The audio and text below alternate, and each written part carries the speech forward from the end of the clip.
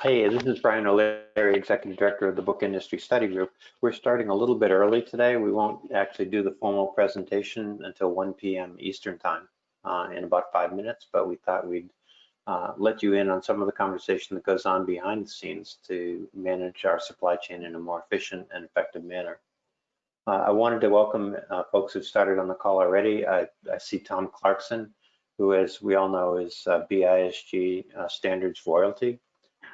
And an expert at many of the things that shape the supply chain that we are working with today. We're reworking it, Tom, a little bit on your behalf, but you know we have a really good person in control of it. Today we have on our call, we're lucky to have Rebecca Burgoyne, who's chair of our supply chain committee. Lynn Terhune, who's chairing a working group on supply chain mapping. She's a consultant who's most recently been working with Wiley. And Matt Kennell of the book manufacturer Versa Press, which is based in East Peoria, Illinois. Versa's been a member of BISG for about 3.5 years. And Matt's been one of our most active volunteers in representing the manufacturing voice on our supply chain committee. We're all going to clam up now because you said our pre-presentation conversation was, we don't want to reveal that to everyone that's on the call. Well, we were discussing in some detail what a channel partner looked like and how we could talk about them. So we've solved that problem. We've solved how we could talk about it. I don't think we've solved what a channel partner looks like exactly, or how you would define that in detail. Yeah, we'll get there. We decided we could talk about it by not really talking about it. We're lucky today, too, to have Tim Middleton of BookNet Canada. Tim, it's good to see you, and thanks for coming today. We have Chris Kleeman, who's chair of our rights committee. She's had a very busy week and a half. We debuted the research that we did on establishing the ROI for rights management solutions in the marketplace. That paper will probably be out, if everything goes right, late next week. That's great. Congratulations on that. Yeah, we're happy. It's we're just waiting on a little bit of input and the first pass proof. Today we have Don Greenberg. I think folks may not know Don Greenberg. He's a relatively recent member of BISG, but a long-time publishing advocate. He had a really successful career at the Project Management Institute, and he now runs secured publications in anti-counterfeiting and anti-piracy consulting resource that is doing some really interesting work in the space. And we'll be talking a little bit about the supply chain's anticipated work in the area of piracy and counterfeiting and how we might apply our supply chain maps as part of today's presentation.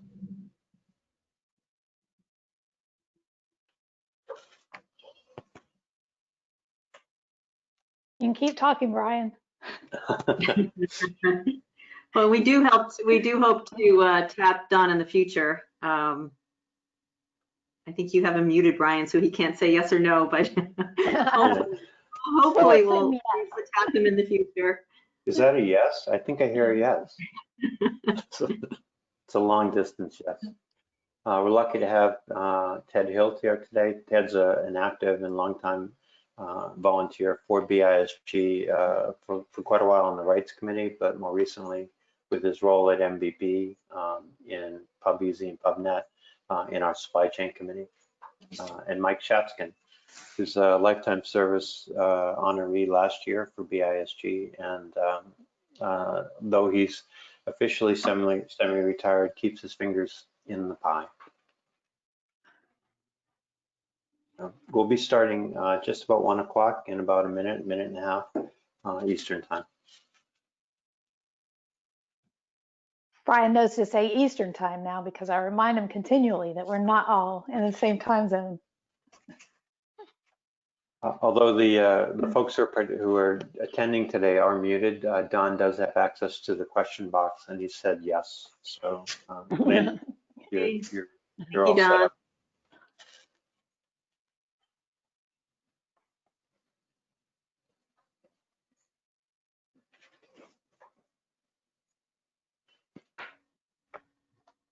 If you're just joining us, we'll be starting in a moment. We'll be with the webinar. Just hold tight. We're actually having kind of a continuing part of our conversation that our three attendees and I were having just before we went live.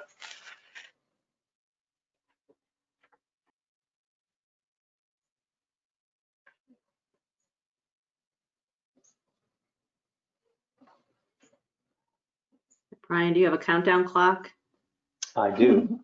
It's actually one of the things that we're pretty used to. We're just a minute after, so I think it's a good time to start. Again, I'd like to welcome everybody to today's webinar, Managing Change Across the Supply Chain. It's an update on the work of BISG's Supply Chain Committee, led by Rebecca Burgoyne of United Methodist Publishing House. I'm Brian O'Leary, Executive Director of the Book Industry Study Group, and I appreciate you coming here today. To kick things off, I wanted to talk a little bit about my dog, about what we're going to be talking about. We're going to spend a couple minutes on BISG. If you're not familiar with the organization, it's kind of a very brief overview, and also about the Supply Chain Committee itself. We wanted to talk about the work that we're doing to both build awareness of supply chain topics and to promote industry communication on supply chain issues. We're going to spend a chunk of time on supply chain mapping, which has been the bulk of the output for the Supply Chain Committee this year, although there are several other things that we'll be touching base on as we present. And then we'll wrap up before going to questions with kind of a preview of what's next and what we anticipate doing. We very much encourage you to put your questions in the question box if you have an opportunity. Anything that you ask, we'll come back to. If there's an opportunity while presenting, we'll introduce the question then. But if not, we have an ample window at the end of the formal presentation. And then we'll wrap up at the end with how you can get some more information. So the participants today are Rebecca Burgoyne, as I mentioned a moment ago, at United Methodist Publishing House. She's our committee chair and has been for about a year now. Lynn Terhune, who's a consultant and is chairing currently our supply chain mapping working group, as well as Matt Kennell of Versa Press. It's a book manufacturer based in East Peoria, Illinois. Versa has been a member of BISG for the past 3.5 years. And Matt, like Lynn, has been an active member of the Supply Chain Committee, working with Rebecca over the last year to advance our cause and to do a lot of the kind of nuts and bolts efforts that you hear about today. We have the Supply Chain Committee itself is our largest committee. It has 120 registered members.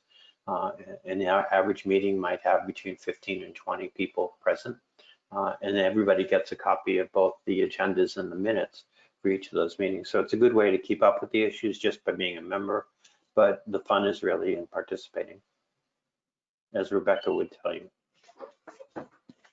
Just a bit about BISG. Our mission is to create a more informed, empowered, and efficient book industry. That's a broad brush.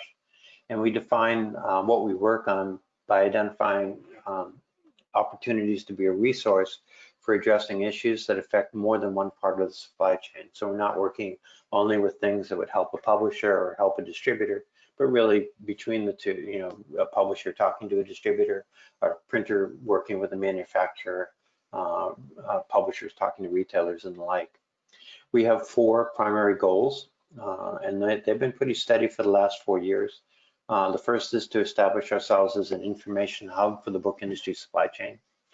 The second is to foster the development, refinement and use of standards that do a variety of things, but in particular, increase revenue, promote product visibility, reduce costs, and increase transparency across the book industry supply chain. And you'll hear a lot about that today. With respect to research, we try to shape the conversation about where the industry is going by studying emerging issues and trends. A good example of that, we were just talking about it at the beginning of the hour, was work that has been going on in the Rights Committee with respect to studying the return on investment for publishing rights solutions. A preview of that work was given in a webinar last week, led by Bill Rosenblatt of Giant Steps Media Technology Strategies. And the full report should be out by the end of next week if we're on schedule. And the last piece is we try to maintain relevance for us in the industry by growing a diverse membership base that reflect various segments and participants.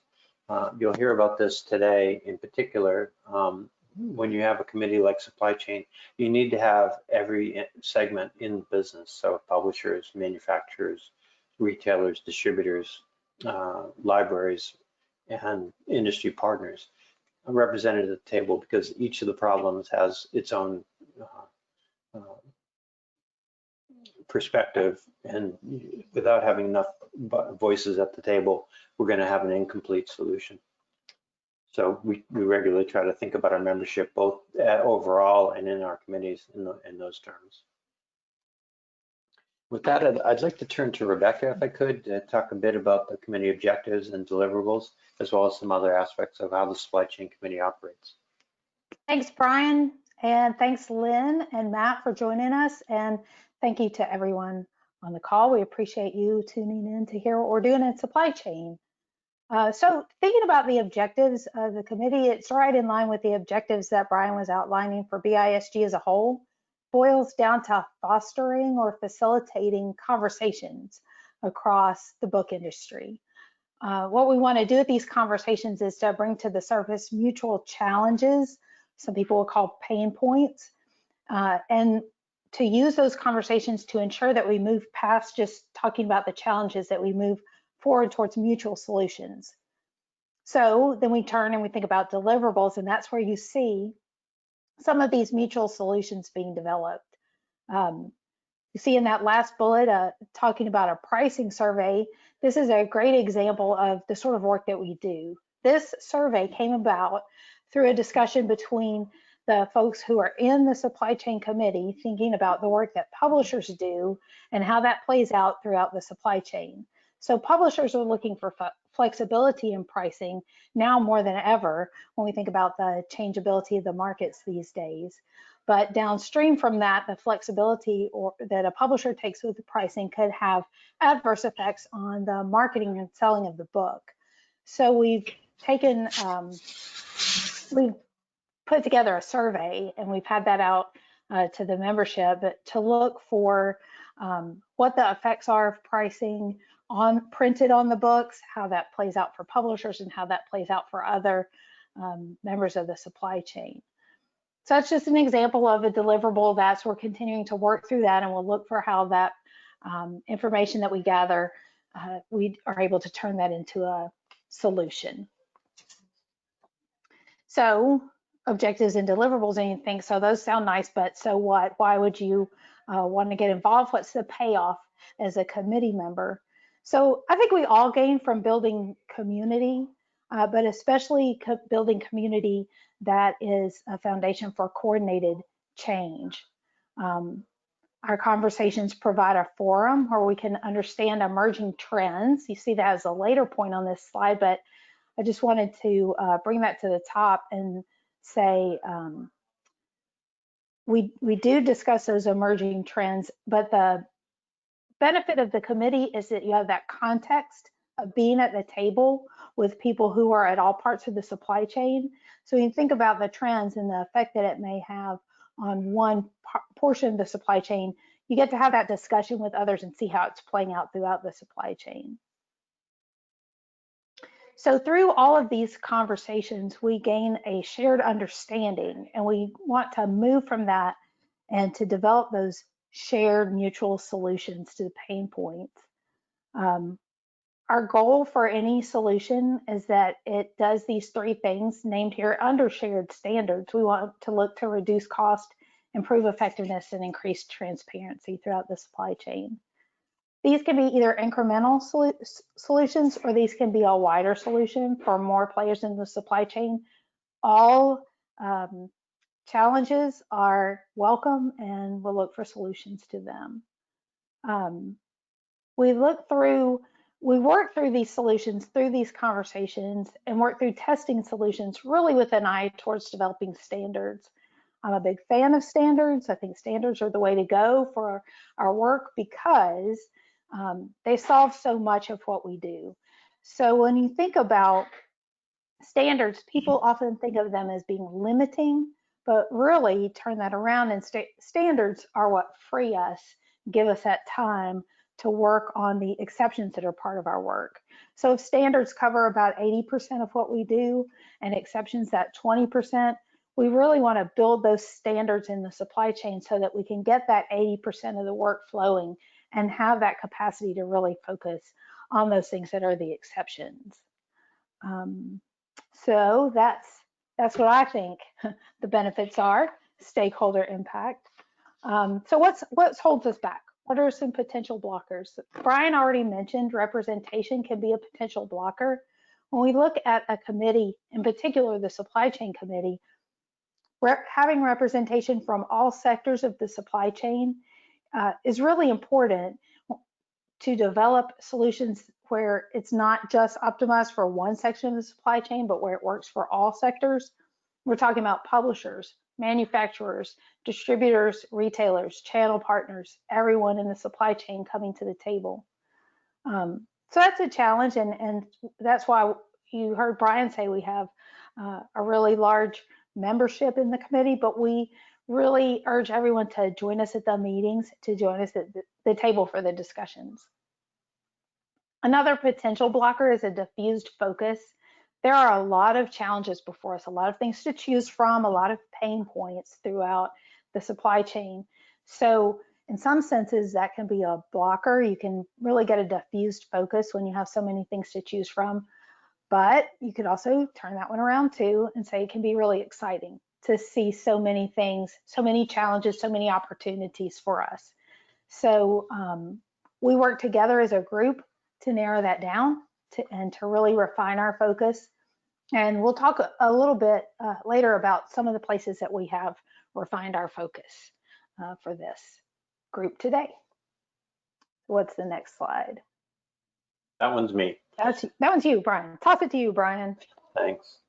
Although that diffuse focus and multiple constituencies is a challenge we face every day. I mean, we don't get to be trade or education or professional or ebooks or print. So we have to be all of those pretty much all the time.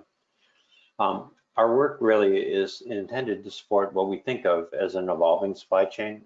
We think about opportunities like supporting limited run POD. You'll hear a little bit about the work that's going on at Editor in Block 8 in a moment. We're trying to figure out, and we spent some time on this within our annual meeting sequence, listening to what was going on in both Canada and the UK for building acknowledgements and two-way communication into the supply chain and creating more effective feedback loops. BIC in particular has real-time APIs that we would love to be able to figure out a way to introduce in the US market. We're always thinking about data access and data transparency as core opportunities. And we think, particularly coming out of the pandemic, if there is a horizon where we come out of the pandemic, to think about direct-to-consumer models as a credible or potential opportunity for us, because certainly the supply chain this year has been challenged. There have been some real shocks to the system, both in terms of access to bricks and mortar retail, but also even online retail, which was repurposed for a period of time to deliver essential goods. So figuring out how to serve that last mile for book delivery is a real opportunity for us. Those aren't, right now we're building the tools, I think, to be able to make that analysis possible. But those are the kinds of things that we try to think about long-term for what this committee and what BISG as a whole can work on.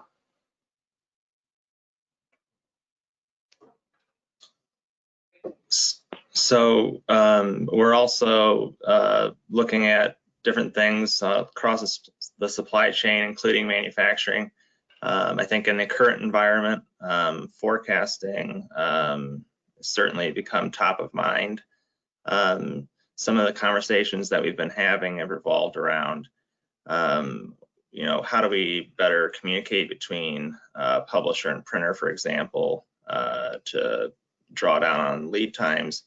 And then also some things on just education wise, you know, how do we as a book manufacturer schedule press time or bindery time? How do we look at, you know, a job coming in isn't just, you know, PO and file comes in one day and on the last day it comes out the other side. There's lots of steps in between. And so I think bringing increased transparency, we're looking at value there. Brian, do you want to speak on the impact of remote work? What's that have on the industry?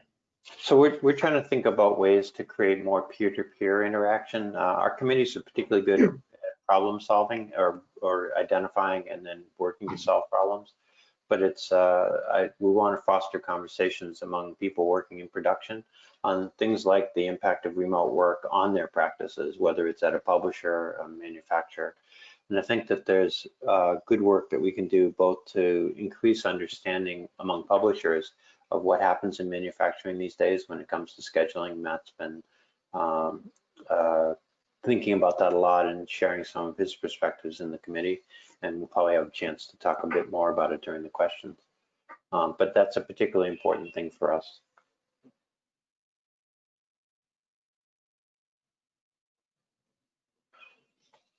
I mentioned a moment ago. I mentioned a moment ago too about blockade changes. Blockade is an Onyx reference, Onyx for Books reference. It's built in blocks. Blockade is the most recent development area. And Editor is going to be introducing, probably at Frankfurt next week, a proposal to allow for metadata to be provided for both audiobook and on-demand production through the use of Onyx. So it's a real opportunity to integrate both what publishers already have in terms of their metadata with what manufacturers may need. The blockade was developed in concert with folks who do on-demand manufacturing like Canon. So it's I think it's an important opportunity to streamline the communication, particularly where it has to be fundamentally machine to machine if you're producing an ultra short run or a book of one.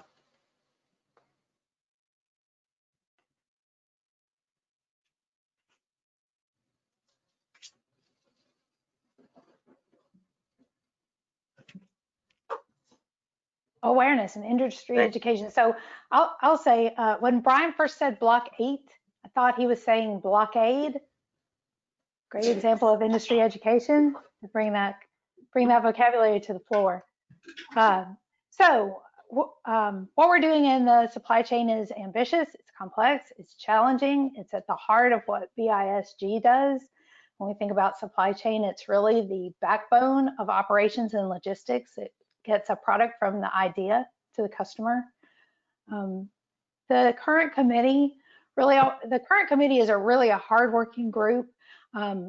Really stepped up over the past few months to get some work done and look at developing solutions and developing them in a way that's deliverable, that can be communicated to just outside the committee and to be a really useful thing in the book industry.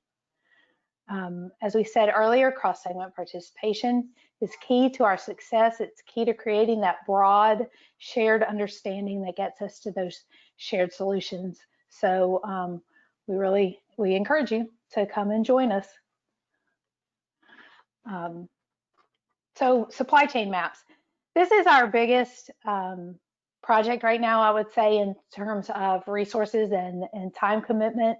And also it's our biggest project in terms of being foundational to other things that we'll be able to do going forward. What we're doing here when we say we're mapping the supply chain is what we're doing is creating a current state map. So if you're familiar with Lean or other process improvement methodologies, you map your current state, you look for improvement opportunities, and you map your future state, you make an action plan, and you move forward. So that's exactly what we're doing here. We're mapping the current state. We're looking for this map to do the variety of things that you would expect from other current state maps. We want to foster communication about the workflow. We want to put something visual in front of people that helps them talk about the workflow through the supply chain. We want to form a framework for problem solving. Really looking at a map gets you all on the same page to be talking about you're talking about the environment, and you can see where the problem is, and you can all get a shared understanding, which then facilitates problem solving. Another aspect of this is that it acts as an organizational structure for cataloging those standards and solutions. So a lot of times you'll have a standard and it exists and it plays a part in the supply chain, but as personnel changes through the years or new players come into the various roles in the supply chain, you have that risk of losing sight of the standards that do exist to facilitate the work. Having a map gives us an organizational structure to sort of hang those standards and solutions off of so that they can be shared more widely. And in that sense of it being a catalog and then being shared, it serves as an educational tool as well. And it's something that we can use as we bring new people or new partners into the supply chain. So that's a little bit about the maps. On the next slide, we have, I think, the definitions. So back in the day when we could travel, which wasn't that long ago, it was in February of this year. When Brian said it was in February, I was like, was that February 2019? No, February 2020. Actually took a trip to New York City and saw people in person. And that meeting was really a precursor to the way that we meet today, because we had a contingent of remote participants in that meeting in addition to the face-to-face meeting. And as you can see with this loaded slide, we had a lot of output, a lot of good output came from that meeting. So what is this? I'm not going to, as you will be glad to hear, read you everything on this slide, but I'm going to talk a little bit about the what these pieces are and what they do. So before you can draw a map, you need to get agreement to the legend of the map, the symbols that you will use. In our case, we're telling the story of the supply chain, so we had to agree on the symbols that we would use to tell that story. So let's look at what those symbols are. I'm going to tell you a little bit about what those colored boxes are that you see. Each one of the colored boxes represents a segment of the industry. We start on the left or at the top with the publisher. That's, of course, we know that's where the content is conceptualized. Manufacturer, where the product is created. Inventory. This represents the holder of materials for delivery or distribution. And in our discussions in that meeting in February, we had a really sort of a revelation about what dividing the action from the player so that we could understand the role that inventory plays in supply chain models. And that'll be highlighted some when Lynn talks more about the maps that we've created already. Then we have channel partners. These are groups that deliver or distribute product to other businesses or to end consumers. This isn't unique to the book industry, but it's unique in the way that players act in the book industry as channel partners. Then we have B2B transactions, business to business, that's our non-end consumers, and B2C transactions, end consumers. So those are our building blocks, our players, our different participants in the supply chain. But what are those participants doing? What are they moving about? What is the stuff that moves through the supply chain? So yesterday we had sort of a pre-call meeting to talk through how we would move through these slides. And Matt, you had some ideas on the flows of stuff through the supply chain. If you want to tell us a little bit about how that plays out. Yeah. Here. So, I think the use cases for this, we've already seen several in the supply chain committee. But yeah, the use cases can become very complex, but just to be able to even dialogue what happens between the publisher and the book manufacturer in a make to inventory model. There's the files that are coming in. There's, a financial transaction that's taking place. So at the bottom of the screen there, you can kind of see what we've, put together as different flows. So you can have cash flow. Is it content flow? Is it material flow? And so as we start to look at different use cases across the industry and even as a book manufacturer, these can come in very useful. All right, I think we're going to dig into some of the work that we've put together now. Lynn, if you could help us walk through this. The slide is blank. Yes, there it goes. It's filling in. Okay. It has animation on it, I think. Yeah. All right. Well, thanks, Rebecca. Thanks, Matt and Brian. It's great to be here with everyone today. So for more background on our work, the BISG Supply Chain Committee embarked on this mapping exercise, as you've seen, for make to inventory, make on demand, and digital end products. We completed these maps this past summer, 2020, and the maps serve as an industry, really as an industry tool to get users started on the same page with basic industry supply chain assumptions. So it allows anyone in the industry to utilize this tool to expose gaps, issues, or explain discrepancies, for example. And these maps form a base for which the any industry professional can build off of and converse on issues that they'd like to explain or improve. And I'd just like to point out, so this is use case number 1, make to inventory, but I want to point out that these are only 3 examples of use cases. So 3 examples that we worked on that we're presenting today. They're not mutually exclusive. They can be blended for other supply chain use cases. So we're not saying that these are the only use cases. You know, especially in make to inventory and make on demand models, they can be blended. So use case number 1, make to inventory. This is the traditional inventory fulfillment method. Oops. Sorry, user, that's just a user error on my part. We'll get that fixed. Okay. So in this make to inventory model, all the columns are general descriptions of the actors in the book supply chain. And the detail below, say, publisher, would just gave an overview of what the publisher does. So, you know, overall, the publisher curates content. Then moving to manufacturer in this inventory, make to inventory model.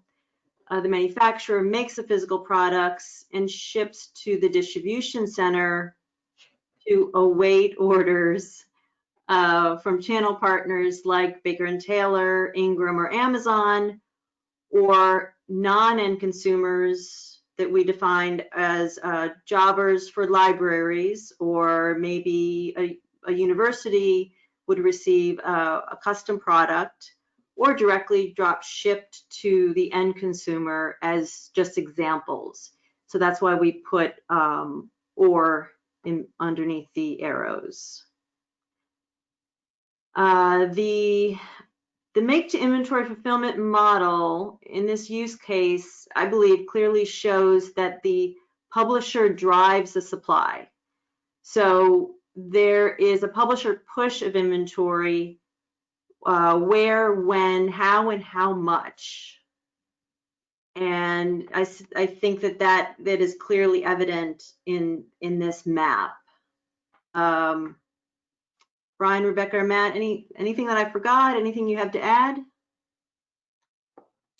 Now, I would say the or spaces are really interesting, and I think those are good examples of things that we're going to look into further and explore what happens at that or. Whenever you have divergence in a supply chain, you could possibly have the need for multiple standards or the need for improved communication and transparency around it. Yeah, exactly. Okay, so more to come on that use case. So then moving on to the make to order model. Okay, so make to inventory differs from the make to order model. So make to order, AKA print on demand or print to order. Make to order starts with an order after the publisher readies the content and makes files available for that make to order fulfillment method. So that's why we After the publisher curates the content, the second actor in the make-to-order model is the consumer B2C actor. So an order can originate from a consumer to a channel partner or a consumer to a publisher. In both of these examples, the book is made to order and in most cases drop shipped directly to the customer. Does that make sense? Anything to add there? I think so. On this, I would say the contrast for make to inventory and make to order is just when you're thinking you to going that level up and saying, well, this is a tool and how do we use it? The boxes that form the part of the legend of the map, there's not a particular order that they go in, as we've seen in these two examples. When you start to think through how the players perform in the supply chain, you'll see different order depending on the role that they have in that particular model. Yeah, and I think that it also kind of speaks to, these two different dynamics that we have in terms of especially producing physical books. When you're making to inventory, you're working on the front end to create the content, and then you're printing, 5,000 copies, and you've got a pub date, and then you're, working with sales to sell those books. Whereas make to orders basically being driven by the order itself being placed, and that's where things like print on demand come in. Right. So this use case is really demand driven by the consumer. Yeah. All right. If there's nothing else on this use case, Brian, you want to move on to the third use case? And this one is the digital and product fulfillment model that works in a similar way to the make to inventory model, right? So the publisher still creates the content, readies the digital files, and distribute those files, deciding where and when they want to distribute those files. Brian, you were part of this breakout group for this use case. Do you want to give some more detail here? Yeah, sure. So I think a piece of the, one of the things we were trying to do when we created these three use cases was find a way to apply the macro level publisher manufacturer inventory diagram to different ways that a book might be created. And this actually parallels probably more closely than most people may realize the on-demand or single copy file, because you're actually creating the ability to replicate a file and sell it to a consumer, and then putting it in hand. The inventory is essentially a file, not a large collection of files. It's only on a one-time basis. And here too, channel partners play a really significant role, which is something that's kind of grown up within the ecosystem as a whole. Even though publishers could reasonably deliver a file directly to consumers, that's not the way the system is set up, the ecosystem is set up, and that's kind of reflected in this diagram as well. And there are also intermediaries that we talk about with respect to inclusive access, educational products and the like that are spelled out in some of this. One thing I didn't say in the prior two diagrams, Lynn, but I think it does play a role, is that the ORs also reflect that one size really can't fit all. And I think we've faced this in committee, in working group a couple of times, is that people say, yeah, but we don't do it that way, or we treat these folks differently from that. And we recognize that there are complexities when you simplify to the level of 6 segments.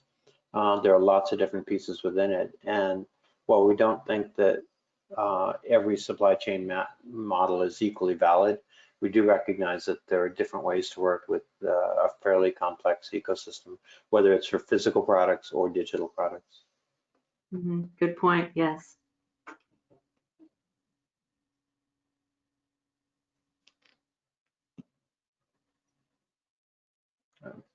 Perhaps again, just we'll move on to what's next? to Rebecca talk a little bit about what we're planning to do next. Thanks. So the use cases that we've laid out so far are basic outlines of the way the supply chain flows.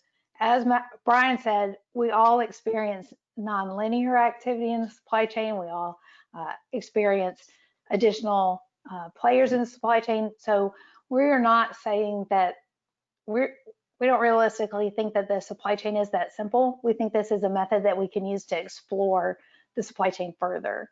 So we'll take those use cases and we'll play out some scenarios across them to help us move through some specific pain points and get ourselves to those useful solutions for those pain points. So we're going to start with a couple of pain points that the committee has chosen around returns and around piracy and counterfeiting.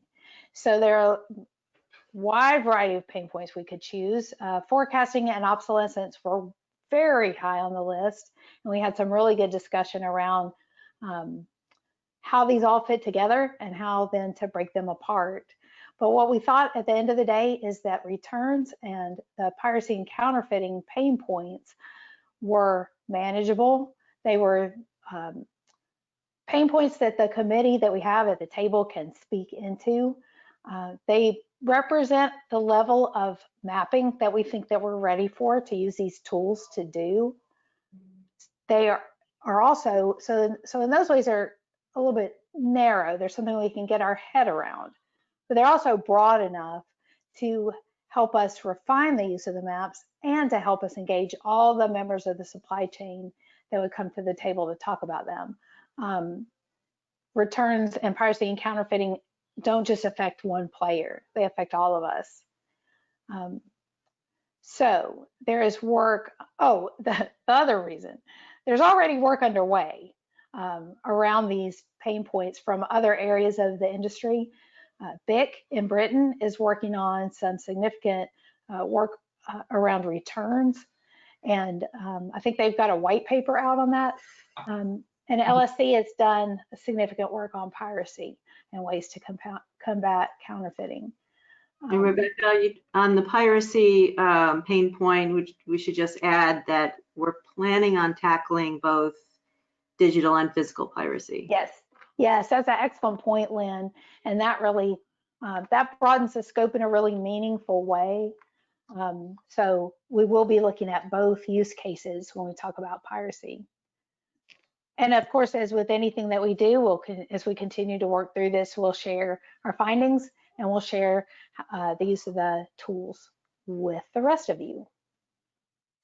And I think a piece of that on the tools is that if folks wanted access to the digital versions of the information that we presented today, we're happy to provide that. It's easily accessible in a Google Doc format.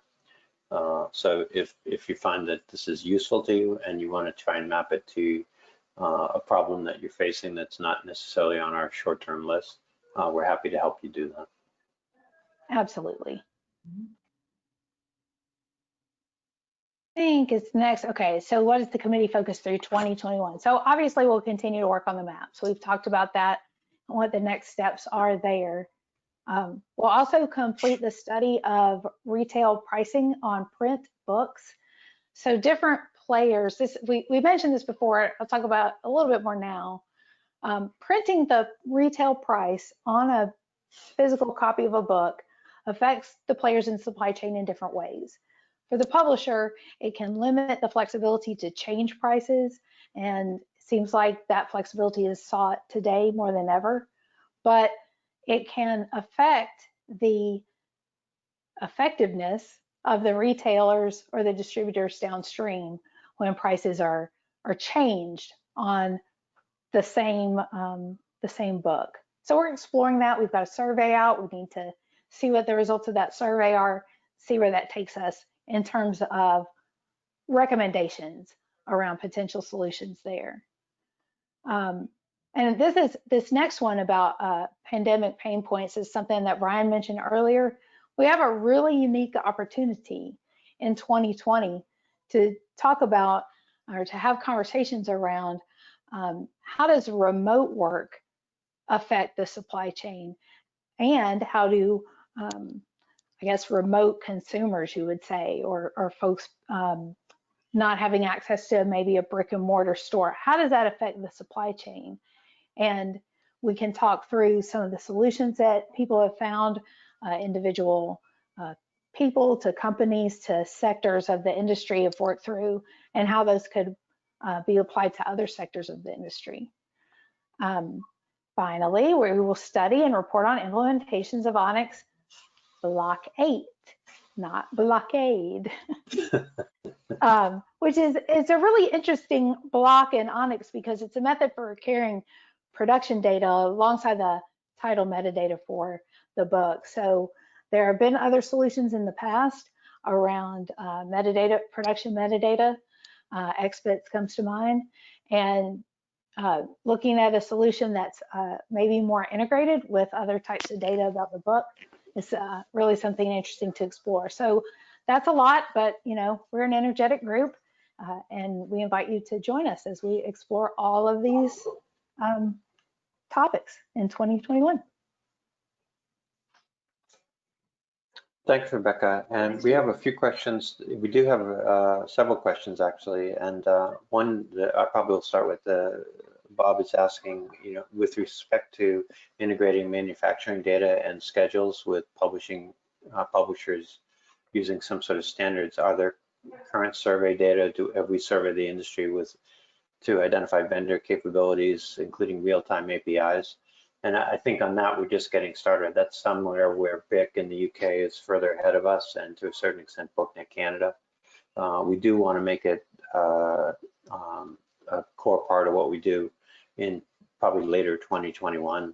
We need to put together some conversations around how that happens, particularly with respect to engaging both senders, publishers, and metadata recipients. And I think that in a related way, Bob's asking as a second question, will future use case models show the feedback loops back to the publisher? And I think, Rebecca, the answer is not just back to the publisher, but we need to integrate the feedback loops across the supply chain, correct? I think so too. And just to call out one of our committee members, Perry Crow took the map and did a study of a pain point within his company, and had a lot of those loops, the information going around, and just to show how that feedback happens. Especially when you think about forecasting, really when you're thinking about a publisher working with a manufacturer, and some of the things that Matt has talked about, I think what you're talking about is moving beyond that client vendor framework and moving into a relationship framework for how you work across the supply chain.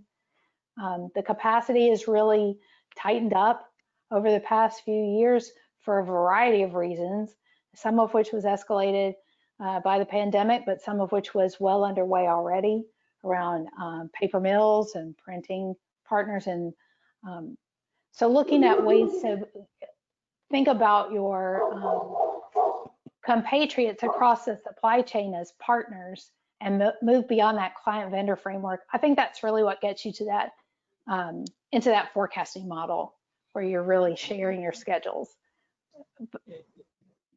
Yeah, a lot of where I think, we've had individual successes, with publishers, and, working with hundreds of publishers, it's probably only a handful that I can think of that have really done it well. But just an increased amount of transparency regarding, what's coming up on a publisher's list for a spring season or a fall season, for example. I think sometimes publishers think that they have to have the quantity nailed down, they have to have the page count nailed down, whereas in a lot of cases, having that advance notice can actually allow a book manufacturer to do some advanced preparation. What we've done a lot during the pandemic is really strategic over time, trying to draw down certain areas like making cases for case-bound books, for example. A single department like that can hold up a schedule. And so I think a big focus for me is working on how do we increase transparency both in the publisher end and the manufacturing end. And Rebecca, one thing to Bob's question, and it talks to why we picked a couple of specific pain points to work on: returns and counterfeiting and piracy.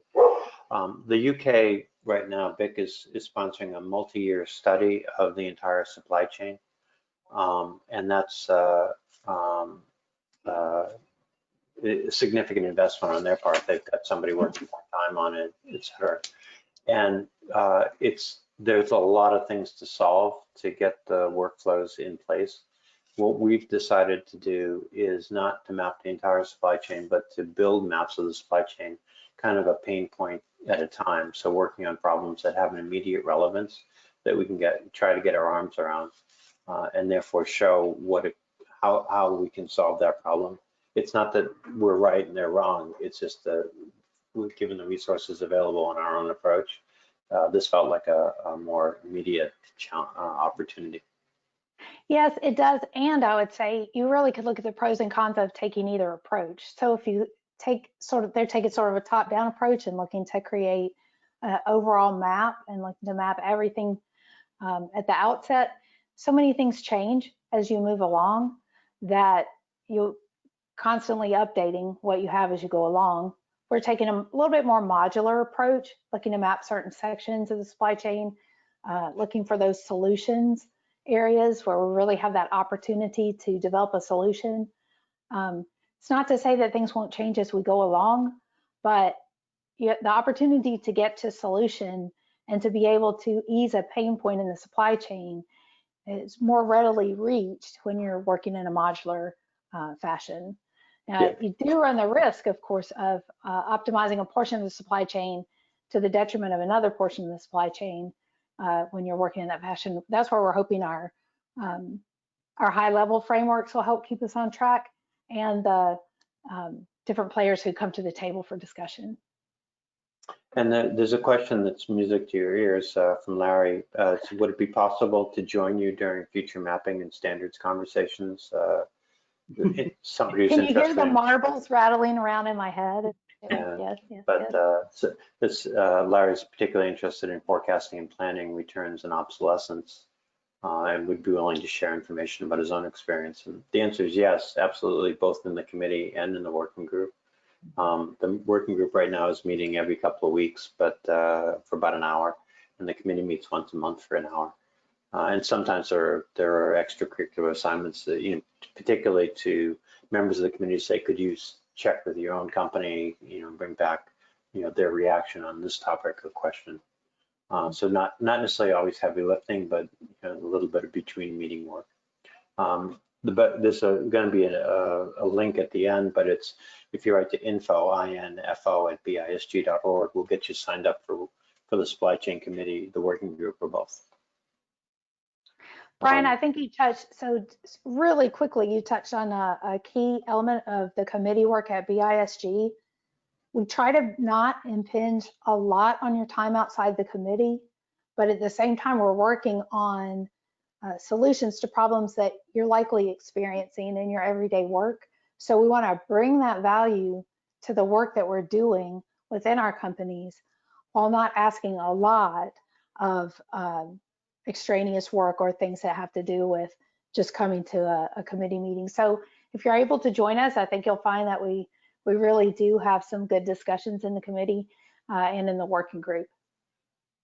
And Larry just added that he's happy to hear that we're talking about printed prices on books. So that project is important to us. And we've been working it in conjunction with the metadata committee.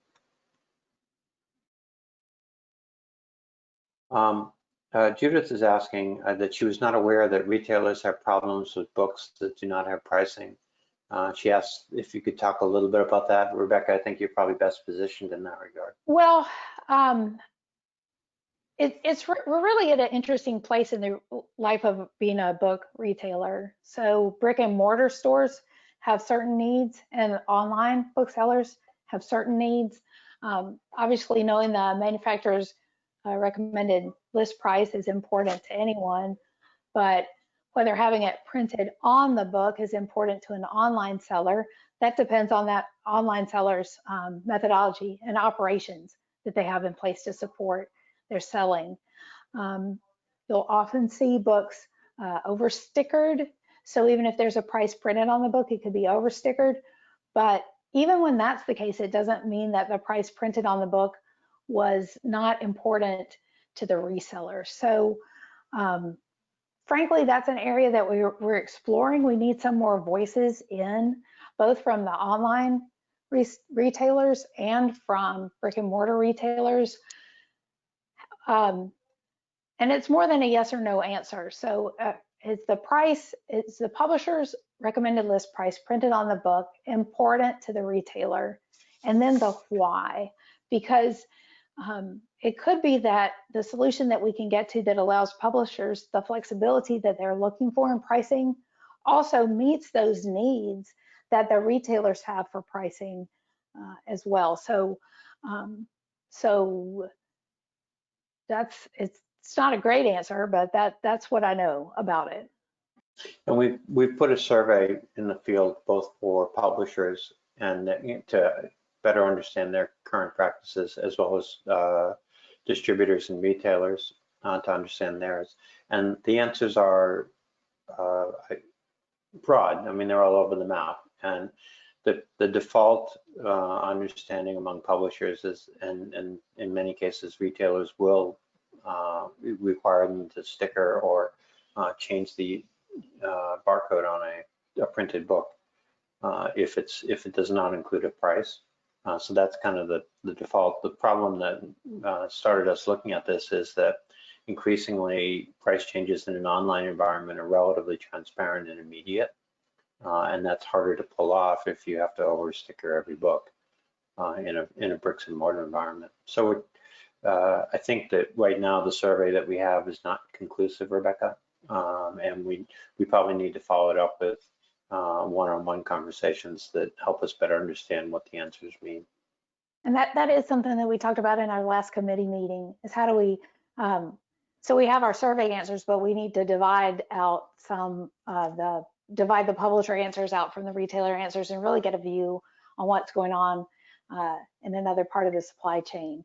But when you think about that make to order model where you have a print on demand book and it's being sold in an online bookstore, pricing can be very dynamic. It can be market driven. It can be, you can execute a sale more easily, that sort of thing, or a discount sale. So then you think about a printed book, a make to inventory model where the books are sitting in a warehouse and then they move out into the supply chain from there. It's much more difficult to execute a price change there. So, but yeah, you're right, Brian. We need more voices from the seller and distributor into the supply chain, I think. And if you're on this call and you don't know what the survey is that we're talking about, absolutely get in touch with BISG to put your voice into that survey. We still would welcome some more answers about what's going on around that. And there is a distinction between retailers that sell online versus retailers that sell in a brick and mortar environment when it comes to this topic. So, I think overall these are examples, whether it's returns or the use of barcodes and including pricing in it, they're not necessarily the sexiest piece of the business, but they're critically important to both the success and the transparency of various entities across the supply chain. So dealing with them in an open and transparent way is kind of the stuff that we specialize within in the supply chain committee. That covers our questions for the moment, Rebecca. Maybe we could just talk a little bit about some of the takeaways that you would love to leave people with today. Yes, excellent.